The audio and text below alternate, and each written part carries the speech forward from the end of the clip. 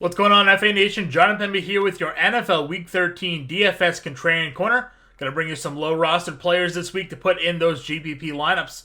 Let's kick it off at the quarterback position this week. We're going to go with Kirk Cousins of the Minnesota Vikings going up against the Detroit Lions. Listen, everybody is going to be in on Alexander Mattison this week, which means many will be avoiding this team's passing offense, and that could be a mistake here and allowing you to get Cousins in your lineup at a nice mid-tier price point at low rostership. The Lions actually have a worse DVOA against the pass than they do the run this season, and Kirk Cousins has 4 straight weeks of at least multiple touchdown passes. I think Cousins could be a sneaky play this week while everybody else is focusing on the running game.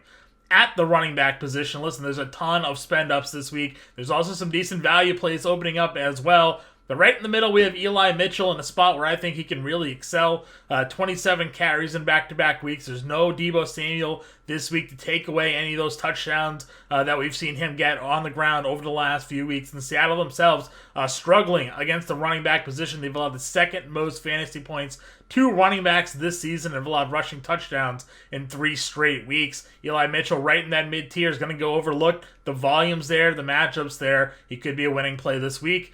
At wide receiver, we're going to go with the wide receiver on the opposite side of that matchup, DK Metcalf. Listen, 1 catch last week. Everybody's down on this Seattle offense, especially the way Russell Wilson is playing right now. But that creates a great opportunity to get a guy like Metcalf with his upside at almost no rostership here this week. Again, and with the focus point on the fact that he only had that 1 catch last week, I think we see Russell Wilson try to get him involved early on. The running game with Seattle's also in shambles. They're activating Adrian Peterson here, which I can't imagine is going to be an effective play for them this week against San Francisco. I think Wilson at home this week is going to try to throw the ball a little bit more, prove that he's not injured, and maybe get Metcalf into the end zone or twice. We'll see what goes on there. But again, I don't think anybody is going to be on DK Metcalf this week. At the tight end position here, we're going to go at Logan Thomas. Listen, everybody's looking at Foster Moreau here on the opposite side of this matchup with no Darren Waller. He's cheap.